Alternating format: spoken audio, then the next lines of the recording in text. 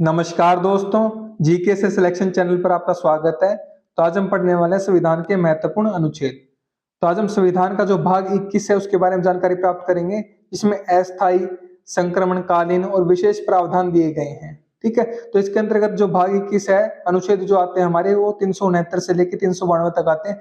इन सभी के बारे में जानकारी प्राप्त करेंगे आज की वीडियो में। ठीक है, आप किसी भी एग्जाम की तैयारी कर रहे हो, SSC, railway, defence, Delhi police या कोई स्टेट एग्जाम, जहां पर भी जीके आती है, जहां पर भी ये टॉपिक आता है, उन सब के लिए महत्वपूर्ण रहने वाला है। ठीक है, तो शुरू करते हैं। तो चलो देखते हैं अनुच्छेद 369 क्या कहता है। अस्थायी शक्ति के बारे में बात करता है ये। संसद को राज्यों की सूची के विषयों पर कानून बनाने का अधिकार, उसके बारे में बात करता है कि संसद राज्यों की जो सूची के विषय हैं, कि राज्यों के अधिकार में जो विषय आते हैं उन पर कानून बना सकती है, उसका अधिकार देता है 369। लेकिन ये अस्थायी शक्ति है, टेम्परेरी शक्ति। ठीक है, संसद को अस्थायी तौर पर यह शक्ति दी गई है कि वह राज्य सूची के कुछ विषयों पर ऐसा कानून बना सकती है जैसे कि वे सम्मिलित सूची के विषयों, सम्मिलित सूची का मतलब क्या है, दो साझा सूची, राज्य और केंद्र की दोनों सूची के विषय के तौर पर वो उस पर कानून बना सकती है। ठीक है, ऐसा समझकर। अब बात करते हैं अनुच्छेद 370 के बारे में। तो अनुच्छेद 370 क्या करता है, जम्मू और कश्मीर को राज्य के लिए अस्थायी प्रावधान करता था। अभी तो इसको हटा दिया गया है। इसका जो विशेष प्रावधान था हमारा जम्मू और कश्मीर का, उसके रिलेशन में था ये अनुच्छेद 370, उसके बारे में बताता था हमें। ठीक है, जम्मू और कश्मीर को विशेष प्रावधान दिया गया था। अब उसमें क्या था, यह अनुच्छेद जम्मू कश्मीर को संविधान में विशेष दर्जा देता था, जिसके तहत राज्य के अपने संविधान, कानून, प्रशासन के लिए अलग नियम होते थे। तो ये जो जम्मू कश्मीर था, इसके अलग नियम होते थे। ठीक है, 370 के तहत। लेकिन अगस्त 2019 में यह अनुच्छेद रद्द कर दिया गया। ठीक है, इसके विशेष अधिकार हटा दिए गए, इसलिए अब जम्मू कश्मीर पर भारतीय संविधान और कानून सीधे लागू होते हैं।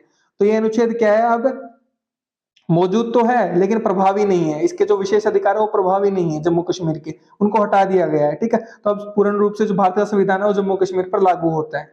अब वहां का अलग से कोई संविधान नहीं है। ठीक है, अब बात करते हैं अनुच्छेद 371 के बारे में। 371 क्या कहता है, महाराष्ट्र और गुजरात के लिए विशेष प्रावधान करता है। यह अनुच्छेद महाराष्ट्र और गुजरात में विशेष प्रशासनिक और भाषाई प्रावधान देता है। ठीक है, इसका उद्देश्य राज्य के स्थानीय हितों और भाषाई पहचान की सुरक्षा करना है। अब नेक्स्ट बात करते हैं अनुच्छेद 371 ए के बारे में। नागालैंड के लिए विशेष प्रावधान है, वहां पर विशेष अधिकार देता है उसको।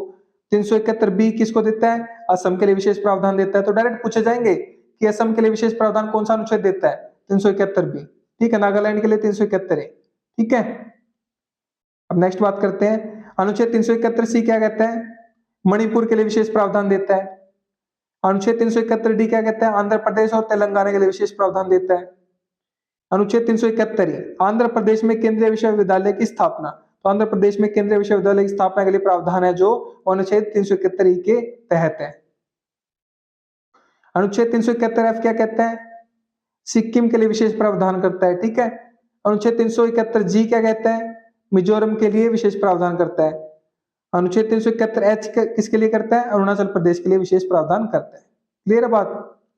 पीडीएफ नोट्स और अपडेट्स के लिए आप टेलीग्राम को फॉलो कर सकते हो। जीके से सिलेक्शन डायरेक्ट लिंक को कॉपी पेस्ट करके ज्वाइन कर सकते हो। इंस्टा, यूट्यूब और व्हाट्सएप पे फॉलो कर सकते हो सेम नाम से। अब हम बात करते हैं अनुच्छेद 371 आई के बारे में, जो कि गोवा के लिए विशेष प्रावधान करता है। ठीक है, विशेष अधिकार देता है गोवा को। अनुच्छेद 371 जे किसको देता है, कर्नाटक के लिए विशेष प्रावधान करता है। फिर बात करते हैं अनुच्छेद 372 के बारे में, पुराने कानूनों का जारी रहना और उनका अनुकूलन। ठीक है, उनको परिस्थितियों के अनुसार उनमें बदलाव करना, अनुकूलन का मतलब ये है। ठीक है, जो संविधान लागू होने से पहले जो कानून लागू लागू रहते थे, जो कानून बने हुए थे, और उन्हें संविधान के अनुसार अनुकूलित किया जा सकता है। ये अनुच्छेद हमें 372 बताता है। जो कानून बने हुए थे संविधान लागू होने से पहले, उनको फिर क्या किया, संविधान के बाद अनुकूलित किया गया, व्यवस्था के अनुसार, परिस्थितियों के अनुसार उनमें बदलाव किए गए। ठीक है, तो ये 372 इसके बारे में जानकारी देता है। अब बात करते हैं 372 ए के बारे में। 372 ए अनुच्छेद क्या कहता है, कानूनों को अनुकूलित करने के लिए राष्ट्रपति की शक्ति। जो कानून है उनको अनुकूलित करने के लिए, उनको परिस्थितियों के अनुसार बदलने के लिए, संशोधन करने के लिए राष्ट्रपति के पास जो शक्ति है उसके बारे में बताता है अनुच्छेद 372 ए। राष्ट्रपति को अधिकार है कि संविधान लागू होने के बाद पुराने कानूनों को राज्य और केंद्र के अनुसार अनुकूलित किया जाए, उसमें बदलाव किया जाए, संशोधित किया जाए। ठीक है, क्लियर है बात। अनुच्छेद 373 क्या कहता है, राष्ट्रपति को कुछ व्यक्तियों की रोकथाम से संबंधित आदेश जारी करने की शक्ति। तो अनुच्छेद 373 के तहत राष्ट्रपति को कुछ व्यक्तियों की रोकथाम करने के लिए शक्तियां दी गई हैं, आदेश जारी करने की शक्तियां दी गई है। ठीक है, जब भारत का संविधान लागू हुआ 26 जनवरी 1950, तब संसद ने रोकथाम हेतु निरुद्ध, प्रिवेंटिव डिटेंशन से जुड़ा कोई स्थायी कानून नहीं बनाया था। ठीक है, इसलिए अनुच्छेद 373 यह कहता था कि जब तक संसद इस विषय पर यानी रोकथाम हेतु निरोध रखने के कानून पर कोई कानून नहीं बनाती, तब तक राष्ट्रपति अस्थायी रूप से इस विषय पर आदेश जारी कर सकता है।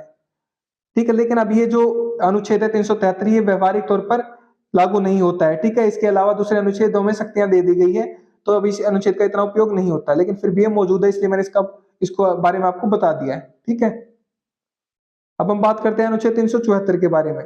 374 क्या कहता है?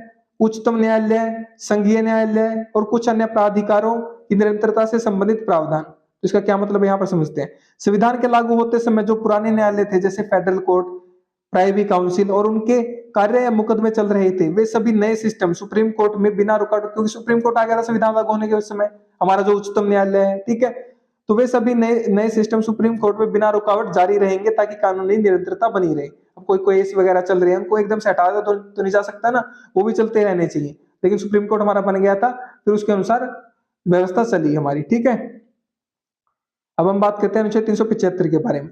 न्यायालयों, अधिकारियों और संस्थाओं का कार्य जारी रहना। तो संविधान लागू होने पर भी सभी न्यायालय अधिकारी अपने काम जारी रखेंगे। तो जब संविधान बना तो उससे पहले जो काम चल रहे थे वो भी जारी रहेंगे, ऐसा बोला गया था संविधान बनने के समय, ताकि कोई दिक्कत ना आए। ठीक है, अब हम बात करते हैं अनुच्छेद 376 के बारे में।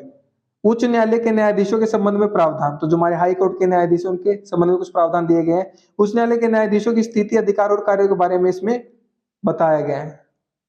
ठीक है, अनुच्छेद 376 में। अब हम बात करते हैं नेक्स्ट अनुच्छेद 377 के बारे में। तो भारत के नियंत्रक एवं महालेखाकार के बारे में बताया गया है। ठीक है, भारत के महालेखाकार की नियुक्ति, कार्य और अधिकार इसमें बताए गए हैं अनुच्छेद 377 में। अब हम बात करते हैं अनुच्छेद 378 के बारे में। तो लोक सेवा आयोग के लिए प्रावधान दिए गए हैं यहाँ पर, पब्लिक सर्विस कमीशन के लिए। संघ और राज्य के पब्लिक सर्विस कमीशन, जो संघ के हमारे पब्लिक सर्विस कमीशन है यूपीएससी, संघ के लिए, केंद्र सरकार के लिए। ठीक है, और जो राज्यों के लिए हमारा जो पब्लिक सर्विस कमीशन है, उनके कार्य और अधिकार के बारे में इसमें बताया गया, प्रावधान दिया गया है 378 में। अब हम बात करते हैं अनुच्छेद 378 ए के बारे में। तो 378 ए हमें क्या कहता है?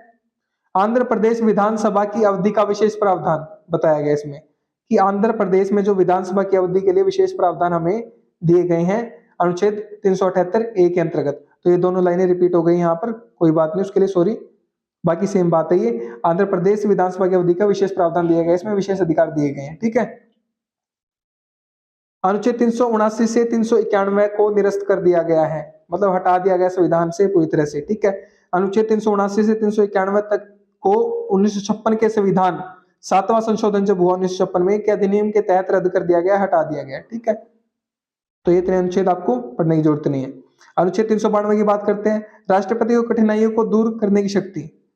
तो संविधान लागू होने के बाद यदि कोई कानूनी या प्रशासनिक कठिनाई आती है, तो राष्ट्रपति आदेश जारी करके उसे दूर कर सकता है। तो जब संविधान बना तो राष्ट्रपति को यह शक्ति दी गई कि वो कोई भी कठिनाई आता है उसको दूर कर सकता है अपने आदेश के जरिए। ठीक है, तो जो हमारा संविधान का भाग 21 है ये हमारा कंप्लीट हो जाता है। अनुच्छेद 392 तक थे, इसमें हमने सारे के सारे अनुच्छेद बहुत अच्छे से देख लिए हैं। उम्मीद करता हूँ कि आपको सारे सारे अनुच्छेद समझ में आ गए होंगे। ठीक है, तो पीडीएफ नोट्स और अपडेट्स के लिए आप क्या कर सकते हो, टेलीग्राम को फॉलो कर सकते हो, जीके से सिलेक्शन नाम से डायरेक्ट सर्च कर सकते हो, या फिर इस लिंक को कॉपी पेस्ट करके क्लिक करके डायरेक्ट ज्वाइन कर सकते हो।